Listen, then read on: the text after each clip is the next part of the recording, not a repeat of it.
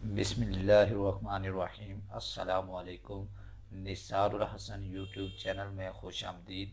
उम्मीद करता हूँ कि सब खैर आफियत से होंगे। दोस्तों, आजकल आपने कोरोना वायरस का शोर हर तरफ सुना होगा। तो आज हम कोरोना वायरस के बारे में बात करेंगे कि कोरोना वायरस क्या चीज़ है, कोरोना वायरस कैसे एक जगह से दूसरी जगह मुंतकिल होता है, कोरोना वायरस की कौन सी ज़ाहरी अलामतें हैं, कौन सी पोशीदा अलामतें हैं, कोरोना वायरस के लिए कौन कौन सी हमें एहतियाती तदाबीर करना होंगी। तो इस वीडियो में कोरोना वायरस की तफसील में जाने से पहले, अगर आपने अभी तक मेरा यूट्यूब चैनल सब्सक्राइब नहीं किया तो पहले चैनल को सब्सक्राइब कर लीजिए और साथ में बेल आइकॉन पर क्लिक कर लें ताकि मेरी हर आने वाली नई वीडियो का नोटिफिकेशन आपको मिलता रहे। अब हम बात करते हैं कोरोना वायरस के बारे में डिटेल के साथ। कोरोना वायरस एक इंतहाई मूजी और मुहलक मर्ज़ है।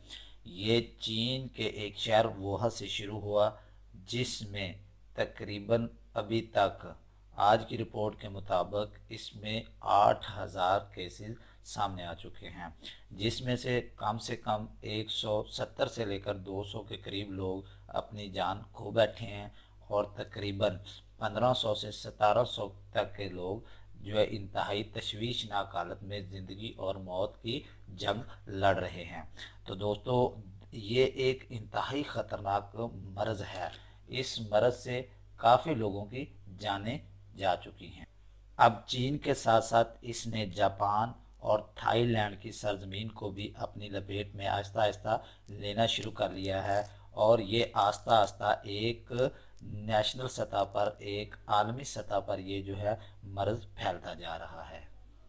ये वायरस ज़्यादातर चमगादड़, सांप और बाकी दूध देने वाले जानवरों के अंदर पाया जाता है।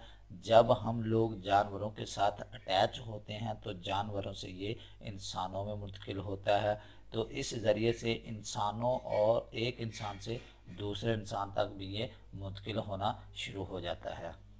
ये वायरस हवा में काफ़ी देर तक रहता है, इसलिए इसके फैलने का ख़दशा काफ़ी हद तक ज़्यादा होता है, क्योंकि जो चीज़ हवा के अंदर मौजूद रहती है, हवा एक जगह से दूसरी जगह ट्रैवल करती रहती है, इसलिए वो चीज़ उसके साथ साथ एक जगह से दूसरी जगह मुंतकिल होती रहती है।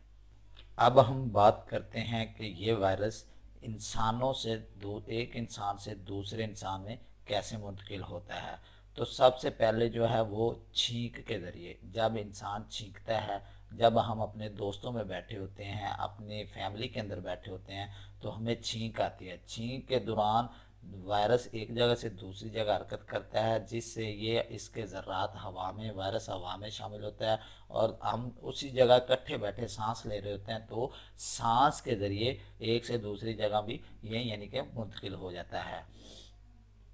इसके बाद दूसरे नंबर पे आता है थूकने से, यानी कि जब हम किसी जगह थूक फेंकते हैं तो वो मिट्टी के ज़रात पर जाकर गिर जाते हैं। तो हम अक्सर चलते फिरते हैं तो हवा में ये उन ज़रात से हवा में शामिल होते हैं, तो हवा के ज़रिए हम सांस ले रहे होते हैं, तो सांस के यानी कि ये हवा के अंदर शामिल होके हमारे जिस्म में चले जाते हैं। नंबर 3, खांसी के ज़रिए। खांसी करने से भी ये वही सेम सिचुएशन होती है कि हमने खांसी ली तो उसमें हमारे जरासीम बाहर, मतलब है ये इसके कुछ जरासीम ज़र्रात जो बाहर निकले तो उसके ज़रिए वो हवा में शामिल हुए, तो वो हवा हम ऑक्सीजन जब ले रहे होते हैं तो वही हवा के अंदर शामिल होकर हमारे अंदर जज़ब होना शुरू हो जाते हैं। और नंबर 4 जो सबसे इम्पोर्टेंट चीज़ है, हाथ मिलाने से। देखें, जब कोई मुतासरा शख्स इस मर्ज़ में मुब्तला है, कोई शख्स इस मर्ज़ में मुब्तला है, तो हम उससे हैंड शेक करते हैं, सलाम लेते हैं, गले मिलते हैं, तो उसके ज़रिए भी ये जरासीम हमारे अंदर मुंतकिल हो सकते हैं। तो इन चंद बातों का आपने ख़ास ख्याल रखना है। और सबसे इम्पोर्टेंट बात यह है कि अगर आप सफ़र कर रहे हैं और सफ़र के दौरान आपको किसी बंदे की थोड़ी सी तबीयत नासाज लगती है या नासाज मालूम करते हैं, आप उसे महसूस करते हैं, तो आपने उसके साथ हरगज़ नहीं बैठना, आपने उससे अवॉइड करना है, क्योंकि ये इसकी अलामत में से है कि बंदा, मतलब आपको दूर दूर से पता चल जाएगा कि यार ये बंदा, इसकी तबीयत थोड़ी सी अपसेट है। اب ہم بات کرتے ہیں کہ اس کی علامات کون کون سی ہیں، یعنی کہ یہ کن کن صورتوں میں ہمیں پتہ چلتا ہے کہ ہمیں جو ہے یہ مرض ہونا شروع ہو گیا ہے یا یہ کون سی سٹیج پہ مرض پہنچ چکی ہے۔ آئیے اب ہم دیکھتے ہیں کہ اس کی کون کون سی علامات ہیں۔ سب سے پہلے جو ہے وہ فلو نزلہ، یعنی کہ ہمارے ناک کے اندر، ناک کی طرف سے بالکل جو ہے وہ پتلا پانی بہنا شروع ہو جائے گا، جیسے ہمیں نزلہ ہو جاتا ہے تو یہ نزلے کی صورت میں ہوگا۔ نمبر 2، سر درد، سر میں پین ہونا شروع ہو جائے گی، سر درد ہونا شروع ہو جاتا ہے۔ نمبر 3 پہ ہے کھانسی، آپ کو کھانسی شروع ہو جائے گی۔ نمبر 4، گلے کی خراش یا گلے کا خراب ہونا، اس سے ہو جائے گا۔ اس کے بعد ہے بخار، آپ کو ہونا شروع ہو جائے گا، جسم کا ٹمپریچر جو ہے وہ بڑھنا شروع ہو جاتا ہے۔ اس کے بعد آپ کو تھکاوٹ محسوس ہوگی، آپ بورنگ محسوس کریں گے، تھکا تھکا ہوا جسم ہوگا آپ کا۔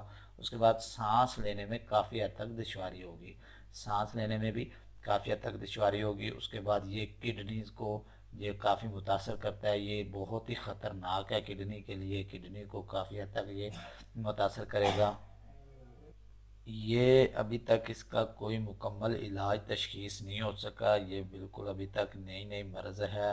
تو اس کے لیے آپ نے کیا کرنا ہے کہ آپ نے احتیاطی تدابیر اختیار کرنی ہے۔ احتیاطی تدابیر اختیار کریں گے تو بالکل آپ محفوظ رہ سکتے ہیں۔